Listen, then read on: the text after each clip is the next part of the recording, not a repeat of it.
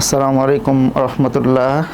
প্রিয় শিক্ষার্থীবৃন্দ, আশা করি আপনারা সবাই ভালো আছেন এবং ঢাকা ইউনিভার্সিটি পরীক্ষা পরবর্তী সময়ে অন্যান্য ইউনিভার্সিটির প্রস্তুতি নিয়ে ব্যস্ত সময় পার করছেন। যাই হোক, শুভকামনা আপনাদের জন্য। আল্লাহ তাআলা আপনাদের পরিশ্রমের সর্বোত্তম প্রতিদান দান করুক। যাই হোক, এবার ঢাকা ইউনিভার্সিটি সি ইউনিট এবং বি ইউনিটের পরীক্ষার পরে আপনারা হয়তোবা একটু চিন্তিত, একটু হতাশাগ্রস্ত। আর কারণ হচ্ছে ঢাকা ইউনিভার্সিটি পরীক্ষা এবার বি ইউনিটের কোশ্চেনটা বিশেষ করে দেখলাম যে একটু ব্যতিক্রমী ধারার হয়েছে। যেমন হচ্ছে আপনার প্যারাগ্রাফটা এবার একদম নন টেক্সচুয়াল আসছে। তারপরে হচ্ছে আপনার ট্রান্সফরমেশন সেন্টেন্স এসেছে নতুন করে, যেটা অন্যান্যবার আসে না। একটা ট্রান্সলেশনও এসেছে। তারপরে হচ্ছে আপনার টেক্সট বুক থেকে এক কথায় কোশ্চেন আসার পরিমাণ এবার কম ছিল। এরপরে বাংলায় দেখা যাচ্ছে আপনাদের টেক্সট বুকের কোশ্চেনটা একেবারে সিলেবাসের বাইরে থেকে এসেছে। তারপরে হচ্ছে আপনার নতুন 3টা করে টপিক আসে সাধারণত, আপনাদের এবার 4টা টপিক এসেছে। তো সেক্ষেত্রেও দেখা গেল যে টাইম ম্যানেজমেন্টে হয়তো বা আপনাদের কোনো সমস্যা হয়ে গিয়েছে। আর সাধারণ জ্ঞানের কোশ্চেনটা দেখা যাচ্ছে যে গতানুগতিক একটু মুখস্থ ধারার বাইরে যেয়ে কেন জানি একটু অ্যানালিটিক্যাল টাইপের কোশ্চেন এসেছে। তো সব মিলিয়ে হয়তো বা আপনারা একটু দ্বিধাগ্রস্ত। তো আমি বলবো যে দ্বিধাগ্রস্ত হওয়ার কিছু নাই। কারণ হচ্ছে যেটা হয়েছে সেটা সবার জন্যই। সবারই পরীক্ষা মোটামুটি একটু অন্যরকম হয়েছে এবার। তো যেটা সবার জন্য ঘটেছে সেটা নিয়ে চিন্তা করার কোনো কারণ নেই। আর হচ্ছে আপনার যাদের বেসিক মোটামুটি ভালো ছিল, এরপরেও যাদের বেসিক ভালো ছিল, যারা হচ্ছে আপনার স্ট্র্যাটেজিক্যালি লেখাপড়া করেছে, একটু প্রোডাক্টিভ ছিল, তারা অবশ্য ভালো করবেন ইনশাল্লাহ। আর হচ্ছে এর বাইরে দুশ্চিন্তার কোনো কারণ নেই। কারণ এবার ধারণা করা যাচ্ছে যে অন্যান্যবার যে পরিমাণ মার্কস পেয়ে স্টুডেন্টরা চান্স পায়, সাধারণত তার চেয়ে বেশ কম মার্কস পেয়েও আপনারা চান্স পাবেন ইনশাল্লাহ। তো যাই হোক, বেশি কথা না বলি, আপনাদের মূল্যবান সময় নষ্ট না করি। আমরা এখন আল্লাহ তাআলার উপরে পরীক্ষা যা হয়েছে সেটা ছেড়ে দিয়ে আমরা সামনের দিকে আগাবো ইনশাল্লাহ। তো আমি মূলত আজকে আপনাদের যে বিষয়টা নিয়ে আপনাদের সামনে একটু আলোচনা করতে এসেছি সেটা হচ্ছে আপনারা যারা একটু বুঝে শুনে স্ট্র্যাটেজিক্যালি পদ্ধতিগতভাবে লেখাপড়া করেছেন, তারা নিশ্চয়ই ভ্যাকাবুলারি প্যানাসিয়া এই বইটা সম্পর্কে জেনে থাকবেন। কারণ বাজারে যে বইগুলো সাধারণত বের হয়, সাধারণত বইগুলো হচ্ছে আপনার মানে সব কিছু মিলিয়ে থাকে। চাকরি বাকরির পরীক্ষা, BCS, bank, competitive exam, admission সব মিলিয়ে সাধারণত বই লেখা হয়। কিন্তু এই অ্যাডমিশন ভোকাবুলারি বইটা, যে বইটা নিয়ে আমি আপনাদের সামনে একটু আলোচনা করব, এই বইটা শুধুমাত্র অ্যাডমিশনের স্টুডেন্টদেরকেই ফোকাস করে লেখা হয়েছে। প্যানাসিয়া পাবলিকেশনের অভিজ্ঞ শিক্ষক মণ্ডলী এক ধরনের মোটামুটি আমি বলবো যে রিসার্চ করে, গবেষণা করে শুধুমাত্র অ্যাডমিশন স্টুডেন্টদের কীভাবে কল্যাণ হয় সেই জিনিসটা মাথায় রেখেই শুধুমাত্র এই বইটা আপনাদের জন্য প্রস্তুত করেছিল। এটা শুধু বই না বলে আমি এক ধরনের রিসার্চ ওয়ার্কও বলতে পারি। কারণ শুধুমাত্র অ্যাডমিশন স্টুডেন্ট আপনাদের কিভাবে অল্প সময়ে আপনারা ভোকাবুলারি সাইট, আসলে ভোকাবুলারি সাইটটা বলতে কিন্তু শুধুমাত্র সিনোনিম অ্যান্টোনিমস বোঝায় না। এখানে হচ্ছে আপনার synonyms, antonym, spelling, Literary figures, phrase and idioms, appropriate preposition, মানে ব্যাকরণের বাইরে যেটা মুখস্থ যেগুলো করতে হয় সেই পুরো পার্টটাকে বোঝায়। তো সেই পার্টটা যাতে আপনারা খুব অল্প সময়ে ভালো করতে পারেন, এজন্য শুধুমাত্র অ্যাডমিশন কেন্দ্রিক এই বইটা প্যানাসিয়া পাবলিকেশনের অভিজ্ঞ শিক্ষক মণ্ডলী আপনাদের জন্য প্রস্তুত করেছিল। তো তাদের সেই পরিশ্রম আসলে কতটুকু কাজ দিয়েছে আমি সেটা নিয়ে আপনাদের সামনে একটু আলোচনা করব। আপনাদের একটু দেখাতে চাই যে ঢাকা ইউনিভার্সিটির বি ইউনিট এবং সি ইউনিট, যে দুইটা ইউনিটে পরীক্ষা হয়েছে, এই দুইটা ইউনিটের পরীক্ষায় অ্যাডমিশন ভোকাবুলারি যে বইটা সেটা থেকে আসলে কতটুকু কমন এসেছে এবং আপনাদের কতটুকু উপকার করতে পেরেছে তারা, শুধু আমি সেটুকু আপনাদের সামনে একটু তুলে ধরব। আমরা এদিকে একটু খেয়াল করি। আমরা দেখি যে ঢাকা ইউনিভার্সিটির বি ইউনিটের কোশ্চেনটা আমরা একটু দেখি। বি ইউনিটে সাধারণত আমরা জানি যে বি ইউনিটে 15টা করে কোশ্চেন আসে ইংলিশে। এর ভিতরে 7টা বা 8টার মতো গ্রামার আসে এবং বাকিগুলো যে মুখস্থ টাইপের যেগুলো সেগুলো আসে। তো এবারও তার ব্যতিক্রম হয়নি। আপনার ঢাকা ইউনিভার্সিটিতে এবার 15টা কোশ্চেনের ভিতরে 8টা কোশ্চেন ছিল গ্রামার বেসড এবং 7টা কোশ্চেন ছিল এই যে মুখস্থ টাইপের আমি যেগুলো বললাম, synonym, antonyms, spelling, Literary figures, honoured substitution, appropriate preposition, phrase and idioms, এই লেভেলগুলো। তো এগুলোর ভিতর থেকে আমরা দেখলাম যে 8টা কোশ্চেন ঢাকা ইউনিভার্সিটিতে আসছে বি ইউনিটে আপনার ব্যাকরণ বেসড, এবং 7টা কোশ্চেন আসছে এইগুলো টাইপের, মুখস্থ টাইপের এগুলো। তো এর ভিতর থেকে 7টা কোশ্চেনই আলহামদুলিল্লাহ প্যানাসিয়া পাবলিকেশনের অ্যাডমিশন ভোকাবুলারির বই থেকে সরাসরি কমন ছিল। আমি শুধু আপনাদেরকে একটু দেখিয়ে দিব কীভাবে আসলে কোথায় ছিল সেটা। প্রথমত আমরা যদি দেখি যে প্রথম এখানে সিরিয়াল 2 আছে, 2 মানে ব্যাকরণের কোশ্চেনগুলো এখানে স্কিপ করা হয়েছে, এখানে শুধুমাত্র হচ্ছে আপনাদের মুখস্থ কোশ্চেনগুলোই নিয়ে আসা হয়েছে, এবং সিরিয়াল এখানে 1 নম্বরটা হচ্ছে ব্যাকরণের কোশ্চেন ছিল। তো এখানে আমরা একটু খেয়াল করি এখন যে 2 নম্বরে যে কোশ্চেনটা ছিল, she lean dash the all gasping dash breath. এই কোশ্চেনটা হচ্ছে অ্যাপ্রোপ্রিয়েট প্রিপোজিশন টপিক থেকে এসেছে। তো অ্যাপ্রোপ্রিয়েট প্রিপোজিশন একটা আছে এমন যে লিন এগেইনস্ট। লিন এগেইনস্ট মানে হচ্ছে কোনো কিছুতে হেলান দিয়ে দাঁড়ানো, কোনো কিছুতে হেলান দিয়ে দাঁড়ানো। তো এখানে এই সরাসরি কোশ্চেনটা আসছে সে লিন এগেইনস্ট দ্য অল, সে দেয়ালে হেলান দিয়ে দাঁড়িয়েছিল, গ্যাসপিং ফর ব্রেথ মানে শ্বাস নিতে নিতে। আমরা অনেক সময় কোথাও থেকে দৌড় টোড় দিয়ে এসে হাঁপিয়ে যায় না, তো সেই হাঁপাতে হাঁপাতে শ্বাস নিতে নিতে সে দেয়ালে হেলান দিয়ে দাঁড়িয়েছিল। এই কোশ্চেনটা আমরা ভোকাবুলারি অ্যাডমিশন ভোকাবুলারি বইয়ের 231 পেজে সরাসরি পেয়ে যাই। আমরা একটু খেয়াল করি এখানে কি ছিল। এখানে কোশ্চেনটা এমন ছিল যে এখানে হয়তো একটু দেখা যাচ্ছে না, আপনারা দেখে নেবেন, এখানে পেজ নাম্বার দেওয়া আছে 231 নম্বর পেজে আপনারা কোশ্চেনটা পেয়ে যাবেন। এখানে সরাসরি এমন ছিল যে Mita is leaning against the all, মানে এখানেও যেমন ছিল কোশ্চেনটা কিন্তু এখানেও ঠিক তেমনই এসেছে, she leaned against the wall, সে দেয়ালের গায়ে হেলান দিয়েছিল। আমাদের এখানেও কিন্তু সেটাই লেখা আছে যে Mita is leaning against the wall, সে দেয়ালে হেলান দিয়েছিল। মূলত কোশ্চেনটা রাজশাহী ইউনিভার্সিটির 23-24 শিক্ষাবর্ষে এসেছিল, সেখান থেকে কোশ্চেনটা সরাসরি রিপিট হয়েছে। তো ভোকাবুলারি প্যানাসিয়া 231 নম্বর পেজে আপনারা কোশ্চেনটা পেয়ে যাবেন, এবং সামনে যে পরীক্ষাগুলো আসছে সে পরীক্ষাগুলোর জন্য এই কোশ্চেনটা কিন্তু আপনাদের অনেক ইম্পর্ট্যান্ট। নেক্সট যদি আমরা যাই, আমরা দেখব যে 4 নম্বরে যে কোশ্চেনটা ছিল, দ্য অ্যান্টোনিম অফ ইমপ্রুডেন্ট। ইমপ্রুডেন্ট মানে কি নিশ্চয়ই আপনারা হয়তো জানেন, কারণ শব্দটা খুবই কমন। ইমপ্রুডেন্ট মানে হচ্ছে অপরিণামদর্শী, যে কোনো চিন্তাভাবনা না করেই কোনো কাজ করে, অবিবেচক যেটাকে বলে, কোনো বিবেচনা না করে যে কাজ করে তাকে সাধারণত ইমপ্রুডেন্ট বলা হয়। এখানে 4টা অপশন আমরা দেখতে পাই। একটা হচ্ছে ইনজুডিসিয়াস, যার মানেও হচ্ছে অপরিণামদর্শী, যে চিন্তাভাবনা না করে কোনো কাজ করে বা কথা বলে। সেকেন্ড অপশনটা হচ্ছে হ্যাসিট্যান্ট। হ্যাসিট্যান্ট মানে হচ্ছে দ্বিধাগ্রস্ত, কি করবে বা কি বলবে সাধারণত ভেবে পায় না, এমন ব্যক্তিদেরকে হ্যাসিট্যান্ট বলা হয়। তারপরে সি নাম্বারটা হচ্ছে অয়েজ মানে হচ্ছে বিজ্ঞ। আর 4 নম্বরটা হচ্ছে রিকলেস মানে হচ্ছে বেপরোয়া। তো স্বাভাবিকভাবেই আমরা এই 3টা দেখতেছি মোটামুটি কাছাকাছি, ইনজুডিসিয়াস, হ্যাসিট্যান্ট এবং রিকলেস, 3টাই মোটামুটি কাছাকাছি অর্থ দেয়, যেটা ইমপ্রুডেন্ট এর অ্যান্টোনিমের সাথে যায় না, সিনোনিমের সাথে যায়। কিন্তু এখানে আমাদের ইমপ্রুডেন্টের অ্যান্টোনিমসটা আমাদের কাছে চেয়েছে, তো স্বাভাবিকভাবেই বোঝা যাচ্ছে অ্যান্টোনিমস হিসাবে অয়েজ শব্দটাই বেশি অ্যাপ্রোপ্রিয়েট বলতে একটা শব্দই আছে ওনার অ্যান্টোনিম হিসাবে। তো এই ইমপ্রুডেন্ট শব্দটা আপনারা সরাসরি আমাদের ভোকাবুলারি বইয়ের পেজ নাম্বার 9 সরাসরি পেয়ে যাবেন। আমি একটু আপনাদেরকে দেখিয়ে দেই, বাসায় আপনারা যদি আরেকটু ভালো করে দেখে নেন তাহলে এখানে সরাসরি পেয়ে যাবেন পেজ নাম্বার 9। এই যে পেজ নাম্বার 9 একদম সরাসরি আপনারা এখানে পেয়ে যাবেন, হয়তো বা ভালো দেখা যাচ্ছে না এখানে, আপনারা একটু বাসায় দেখলে পেয়ে যাবেন পেজ নাম্বার 9। তাছাড়া অপশনে যে শব্দটা ছিল ওয়াইজ, যেটা অ্যান্সার হবে, সেটাও আপনারা পেজ নাম্বার 77 পেয়ে যাবেন সরাসরি ইনশাল্লাহ। যাই হোক, আমরা পরের কোশ্চেনটা একটু দেখি তাহলে। এরপরে যে কোশ্চেনটা আসছে এটা আসলে খুবই আনকমন টাইপের। সাধারণত ঢাকা ইউনিভার্সিটিতে এরকম আনকমন টাইপের কোশ্চেনগুলোই সিলেক্ট করার চেষ্টা করে। এখানে বলেছে যে টু জাম্প অন দ্য ব্যান্ডওয়াগন, এটা একটা ফ্রেজ, এটা একটা ইডিয়ম। এটা হচ্ছে ব্যান্ডওয়াগন শব্দটার অর্থ হচ্ছে জনপ্রিয়তার ঢেউ। মানে কোনো একটা জিনিস হঠাৎ করে জনপ্রিয় হয়ে গেছে, সেটা মানে ভালো হোক বা খারাপ হোক সেটা ব্যাপার না, মানে জনগণের মুখে মুখে হয়ে গেছে এমন একটা ব্যাপার।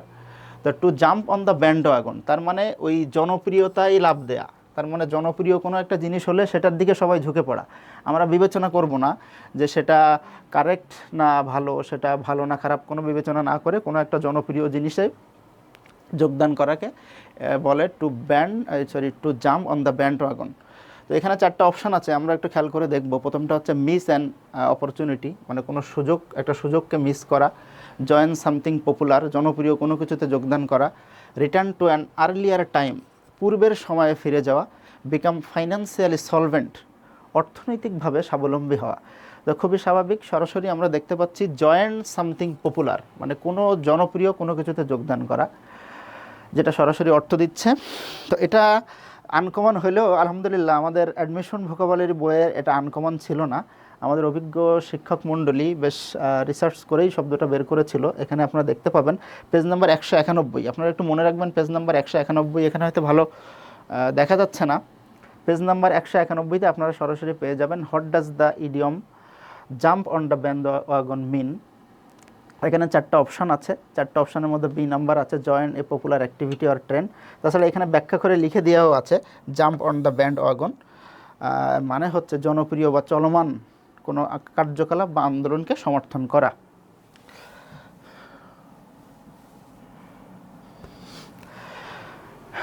ঠিক এই ফ্রেজ, এই ইডিয়মটা শুধু ঢাকা ইউনিভার্সিটিতে আসছে তা না, একবার রাজশাহী ইউনিভার্সিটিতে আসছে। গ্লোবাল ব্যাংকের একটা পরীক্ষায় আমরা গত 24 সালে আসতে দেখেছিলাম। এটা খুবই ইম্পর্টেন্ট আপনাদের পরবর্তী পরীক্ষাগুলোর জন্য, এটা খুবই ইম্পর্টেন্ট। আপনারা অবশ্যই যারা জানেন না এখনই জেনে রেখে দিবেন। পরের কোশ্চেনটা আমরা যদি দেখি যে identify the incorrect spelling mind it. এখানে কিন্তু ইনকারেক্ট কোনটা সেটা চেয়েছে আমাদের কাছে, কোনটা ইনকারেক্ট সেটা আমাদের অপশানের ভিতর থেকে খুঁজে বের করতে হবে। এখানে 4টা অপশান দেওয়া আছে। একটা হচ্ছে ট্রিপিডিশন, তার মানে হচ্ছে বিদ্রূপ।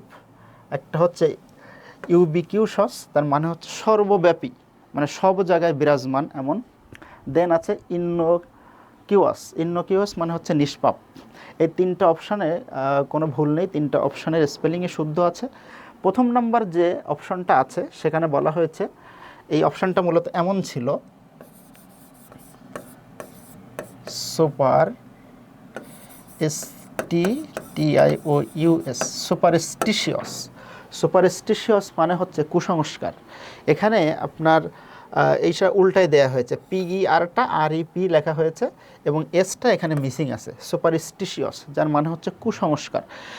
এই শব্দটা সরাসরি ভোকাবুলারি প্যানাসিয়ার স্পেলিং অংশে, এটা হচ্ছে ভোকাবুলারি অ্যাডমিশন প্যানাসিয়া, যেটা অ্যাডমিশন ভোকাবুলারির স্পেলিং অংশ। এই স্পেলিং অংশে আপনাদের সরাসরি, এখানে হয়তো আপনারা দেখতে পাচ্ছেন না, সরাসরি আছে সুপারস্টিশিয়াস মানে কুসংস্কার, মানে যে কোনো জায়গায় কিন্তু নাই, একেবারে স্পেলিং অংশেই সরাসরি দেওয়া আছে। এবং তাছাড়া এই শব্দটা এখানে ভেঙে ভেঙে উপস্থাপন করা হয়েছে। একটা শব্দ সাধারণত অ্যাডমিশন ভোকাবুলারি বইয়ে দুইভাবে উপস্থাপন করা হয়েছে, একটা হচ্ছে সরাসরি শব্দটা লেখা এবং পরে সিলেবাল অনুযায়ী সেটা ভেঙে ভেঙে লেখা। যেমন সুপারস্টিশিয়াস শব্দটা এখানে কিন্তু ভেঙে এইভাবে লেখা হয়েছে, SU দেন PERNSTIOUS, এখানে ভেঙে ভেঙে ব্যাখ্যা করে আপনাদের বোঝাই দেওয়া ছিল। তো যাদের কালেকশনে বইটা ছিল তারা নিশ্চয়ই এটা খুব সহজে পেরে গেছেন, আপনাদের পরীক্ষায় কোনো সময় নষ্ট হয়নি যাদের কাছে কালেকশনে বইটা ছিল। আর যারা এটা পারেননি বা যারা এটা জানেন না, এটা এখনই জেনে নেন, কারণ পরবর্তী যে কোনো পরীক্ষায় কিন্তু এটা রিপিট হওয়ার সম্ভাবনা আছে। খুবই ইম্পর্ট্যান্ট একটা কোশ্চেন। আর আমাদের ভোকাবুলারি প্যানাচিয়ার 254 নম্বর অ্যাডমিশন ভোকাবুলারি বইয়ের 254 নম্বর পেজে আপনারা সরাসরি এটা পেয়ে যাবেন। দেন পরের কোশ্চেনটা আমরা যদি দেখি, a person who helps people through charitable causes is AN, মানে বলছে এ পারসন হু হেল্পস পিপুল, একজন ব্যক্তি যে লোকজনকে সাহায্য করে, থ্রো চ্যারিটেবল কজেস মানে এক কথায় দাতব্য কাজের মাধ্যমে। দাতব্য কাজটা কি? দাতব্য কাজটা হলো ফ্রিতে, নিজের ইচ্ছায়, হ্যাঁ নিজের ইচ্ছায় সিভিলি, মানে যদি কোনো কাজ করা হয় মানুষের কল্যাণে সেটাকে আমরা দাতব্য কাজ বলে থাকি। তো যে দাতব্য কাজ করে সেই লোককে আসলে কি বলা হয় সেটা এখানে বলা হয়েছে। তাকে কি অপটিমিস্ট বলা হয়? অপটিমিস্ট মানে আশাবাদী। তাকে কি মিসান্থ্রোপিস্ট বলা হয়? মিসান্থ্রোপিস্ট মানে হচ্ছে মানব বিদ্বেষী, যারা মানুষদেরকে ঘৃণা করে, মানব বিদ্বেষীকে মিসান্থ্রোপিস্ট বলা হয়। দেন সি নাম্বারে আছে আইডিয়ালিস্ট, আইডিয়ালিস্ট মানে আদর্শবাদী। 4 নম্বরে আছে ফিলান্থ্রোপিস্ট, ফিলান্থ্রোপিস্ট মানে মানবদরদী, যারা মানুষকে ভালোবাসে, মানুষের জন্য কাজ করে। তো খুব স্বাভাবিকভাবে আমরা বলতে পারি অ্যান্সার হবে 4 নম্বরটা ফিলান্থ্রোপিস্ট, যে মানুষের জন্য চ্যারিটেবল কাজ করে, দাতব্য কাজ করে, তাকে কি বলা হয়? ফিলান্থ্রোপিস্ট বলা হয়। অ্যাডমিশন ভোকাবুলারি বইয়ের পেজ নাম্বার 293 পেজে আপনারা সরাসরি এটা পেয়ে যাবেন। একটু যদি খেয়াল করেন, এখানে দেখেন লেখা আছে a person who loves mankind or on trying to do good to mankind, মানে একজন মানুষ যে মানব জাতিকে ভালোবাসে এবং মানুষের জন্য ভালো কিছু করে তাকে ফিলান্থ্রপিস্ট এবং মানব হিতৈষী, মানব প্রেমী বলা হয়। মানে একেবারে শুরুতে অ্যাডমিশন ভোকাবুলারি বইয়ের এই অংশে প্রথম, দ্বিতীয় এবং তৃতীয় নাম্বারটাই আপনারা সরাসরি এখানে দেখতে পাবেন 293 নম্বর পেজে। শুধু এটা না, এটা সহ এখানে যেগুলো আছে সবগুলোই ইম্পর্ট্যান্ট, যেগুলো সাধারণত যে পরীক্ষাগুলো আপনাদের এখনও বাকি আছে সেই পরীক্ষাগুলোতে কোনো না কোনো পরীক্ষা এখান থেকে আসার সম্ভাবনা খুবই বেশি, যেহেতু শুধুমাত্র অ্যাডমিশনকে ফোকাস করে এটা লেখা হয়েছে। আপনাদের যদি কারোর অজানা থাকে এই বিষয়গুলো আপনারা সহজে জেনে নেওয়ার চেষ্টা করবেন ইনশাল্লাহ। দেন যদি আমরা দেখি যে এখানে একটা লিটারারি ফিগারস আমরা খেয়াল করছি যে which figure of speech has been used in this sentence, life is a puzzle with pieces that don't always fit. মানে এখানে একটা সেন্টেন্স দিয়েছে এবং বলেছে এটা কোন লিটারারি ফিগার হতে পারে। সেন্টেন্সটা হচ্ছে এমন যে লাইফ ইজ এ পাজেল, জীবন হলো একটা ধাঁধা। সরাসরি বলেছে কি জীবন একটা ধাঁধা, উইথ পিচেস, যার অনেকগুলো খণ্ড আছে, মানে পার্ট আছে, জীবনের অনেকগুলো কি আছে, পার্ট আছে, দ্যাট ডোন্ট অলওয়েজ ফিট, যেটা সবসময় একই রকম হয় না। আমাদের জীবনের মানে শুরু থেকে আর আমাদের মৃত্যু পর্যন্ত জীবনের অনেকগুলো অংশ থাকে, অনেক সময় দেখা যায় সব অংশগুলো একই রকম হয় না, একটার সাথে আরেকটা ভিন্নতা থাকে। শুধু সেই কথাটা এখানে বলেছে যে life is a puzzle with pieces that don't always fit, জীবন হচ্ছে একটা ধাঁধা যার অনেকগুলো অংশ থাকে এবং এই অংশ আছে এবং যার সবগুলো সবসময় একই রকম হয় না। এখানে লাইফকে সরাসরি পাজেলের সাথে তুলনা করা হয়েছে, ধাঁধার সাথে তুলনা করা হয়েছে। ঢাকা ইউনিভার্সিটিতে এই যাবৎকাল যতগুলো লিটারারি ফিগার আসছে তার মধ্যে সিমিলি এবং মেটাফর থেকে সবচেয়ে বেশি আসছে, মেটাফর থেকে সবচেয়ে বেশি আসছে। আমরা স্টুডেন্টদেরকে একথাই বলেছিলাম যে প্রথম দিকের 8-10টা ইম্পর্টেন্ট লিটারারি ফিগার্স পড়লেই ইউনিভার্সিটিতে বেঁধে যাবে, এর মধ্যে সিমিলি এবং মেটাফর সবচেয়ে বেশি ইম্পর্টেন্ট। তো এখানে খেয়াল করেন, আমরা মেটাফর বলতে যেটা জানি যে অ্যাজ, লাইক এবং দেন ছাড়া যদি দুইটা অসম বস্তুর মধ্যে তুলনা করা হয় তাহলে সেটাকে আমরা কি বলি, মেটাফর বলি। এবং অ্যাজ, লাইক এবং সিন্স দিয়ে যদি দুইটা বস্তুর মধ্যে তুলনা করা হয় সেটাকে সিমিলি বলি। তো যেহেতু এখানে অ্যাজ লাইক দেন কোনোটাই নেই, তারপরেও লাইফকে পাজেল একটা ধাঁধার সাথে এখানে তুলনা করা হয়েছে। সুতরাং লাইফ ইজ এ পাজেল, যেহেতু অ্যাজ, লাইক এবং দেন ছাড়া তুলনা করা হয়েছে, সুতরাং এটা হচ্ছে একটা মেটাফর। আর মেটাফর সংক্রান্ত আলোচনা অ্যাডমিশন ভোকাবুলারি বইয়ের আমরা দুই জায়গায় পেয়ে যাই। একটা হচ্ছে পেজ নাম্বার 296, এখানে আমরা দেখব যে figure of speech that directly compares to unlike things without using like as, সেটাকে আমরা মেটাফর বলি। তারপরে পেজ নাম্বার 300, সেখানেও আমাদের মেটাফরের আলাদা সুন্দর করে ব্যাখ্যা দেওয়া আছে। একেবারে ঢাকা ইউনিভার্সিটিতে এই কোশ্চেনটা আগেও আসছে, এই কোশ্চেনটা মানে মেটাফর থেকে আসছে, সরাসরি এই কোশ্চেনটা আসে নাই, মেটাফর থেকে ঢাকা ইউনিভার্সিটিতে কোশ্চেন আসছিল হচ্ছে আপনার 24-25 শিক্ষাবর্ষে। এখানে সরাসরি দেখেন আছে identify the figure of speech in she has a heart of gold, এর অ্যান্সার হবে মেটাফর। এখানে মেটাফর সংক্রান্ত সুন্দর ব্যাখ্যা দেওয়া আছে। শুধু তাই না, সিমিলি, আইরনি, পার্সনিফিকেশন সবগুলোর ব্যাখ্যা এখানে সুন্দর করে দেওয়া আছে। নেক্সট কোশ্চেন আমরা যদি দেখি, দ্য সিনোনিম অফ এক্সহাস্টেড, এই একটা মাত্র কোশ্চেন আপনাদের টেক্সট বুক থেকে এসেছে সরাসরি, যে কোশ্চেনটা এক প্রকার রিপিটও ছিল, ঢাকা ইউনিভার্সিটিতে আগেও আসছে। এক্সহাস্টেড মানে, যেহেতু এটা টেক্সট বুক থেকে আসছে আপনাদের জানার কথা, এক্সহাস্টেড মানে হচ্ছে খুবই ক্লান্ত অথবা নিঃশেষিত, কোনো জিনিস শেষ হয়ে গেছে এমন। এখানে রিপ্লেন্ডিস্ট মানে হচ্ছে কোনো জিনিস হচ্ছে পরিপূর্ণ করা। ইনভিগোরেটেড মানে হচ্ছে প্রাণবন্ত, উজ্জীবিত, সতেজ। ডিপ্লিটেড মানে নিঃশেষিত। এনার্জেটিক মানে হচ্ছে শক্তিশালী। তো খুব স্বাভাবিকভাবে এক্সহাস্টেড আমি দুইটা মানে বলেছি, একটা হচ্ছে খুবই ক্লান্ত, একটা হচ্ছে নিঃশেষিত। এখানে নিঃশেষিত যে মানেটা সেটার সাথে সরাসরি ডিপ্লিটেড সামঞ্জস্যপূর্ণ, সুতরাং এটা হচ্ছে অ্যান্সার। এই কোশ্চেনটা আমাদের টেক্সট বুক থেকে এসেছে এবং আমাদের অ্যাডমিশন ভোকাবুলারি বইয়ের 3 এবং 97 দুইটা পেজেই আপনারা পেয়ে যাবেন এবং খুব গভীরে না, একেবারে শুরুতেই মোটামুটি পেয়ে যাবেন এক্সহাস্টেড, অতিশ্রান্ত এখানে লেখা আছে। আর এখানে দেখেন এই কোশ্চেনটা মূলত ঢাকা ইউনিভার্সিটি থেকে রিপিট হয়েছে। আপনারা যদি কোশ্চেন সলভিং অংশটা একটু প্র্যাকটিস করে থাকেন, তাহলে এটা সরাসরি আপনাদের পারার কথা। এখানে লেখা আছে what is the synonym of exhausted, শুধু অপশনগুলো চেঞ্জ করে কোশ্চেনটা সরাসরি এসছে। ঢাকা ইউনিভার্সিটি 16-17 শিক্ষাবর্ষের কোশ্চেনটা এসেছিল। তো এই ছিল মোটামুটি আপনাদের বি ইউনিটের 7টা কোশ্চেন। যে 7টা কোশ্চেন গ্রামার অংশের বাইরে এসেছে, সেই 7টা কোশ্চেন আমরা একটু অ্যানালাইসিস করলাম। আমাদের অ্যাডমিশন ভোকাবুলারি বই অ্যানালাইসিসটা করার উদ্দেশ্য হচ্ছে, বইটা যেহেতু সরাসরি অ্যাডমিশন স্টুডেন্ট আপনাদের জন্য লেখা হয়েছিল, তো কতটুক আসলে এটা কাজ করেছে সেটা আমরা দেখলাম। যে গ্রামারের বাইরে যে 7টা কোশ্চেন ছিল, সেই 7টা কোশ্চেন সরাসরি অ্যাডমিশন ভোকাবুলারি বই থেকে চলে আসছে এবং কোনো গভীর জায়গা থেকে আসে নাই। একেবারে সুপারফিশিয়ালি কেউ যদি বইটা একটু পড়ে থাকে, উপর যদি পড়ে থাকে, একেবারে মূল জায়গাগুলো যদি পড়ে থাকে, তা একদম সে সরাসরি কমন পেয়ে গেছে আর কি সে। যাই হোক, আপনাদের জন্য এখন পরামর্শ হচ্ছে, যেহেতু অ্যাডমিশন কেন্দ্রিক বই বাজারে একেবারে নিরেট অ্যাডমিশন কেন্দ্রিক পাওয়া মুশকিল, তো যেহেতু এটা অ্যাডমিশন কেন্দ্রিক বই এবং বি ইউনিটের কোশ্চেন অ্যানালাইসিস করে আমরা দেখলাম যে মোটামুটি সবগুলো কোশ্চেনই এখান থেকে কমন ছিল গ্রামারের বাইরে। তো আপনারা যারা পরবর্তী পরীক্ষাগুলো দিবেন, যদি বুদ্ধিমান স্টুডেন্ট হয়ে থাকেন, তাহলে আপনাদের উচিত হবে বইটা যাদের কালেকশন এখনও করেননি তাদের কালেকশন করা, এবং যাদের কালেকশনে আছে তারা যারা ভালো করে পড়েননি তাদেরকে একটু এই আগামী দিনগুলোতে যতটুকু সম্ভব পড়ে ফেলা।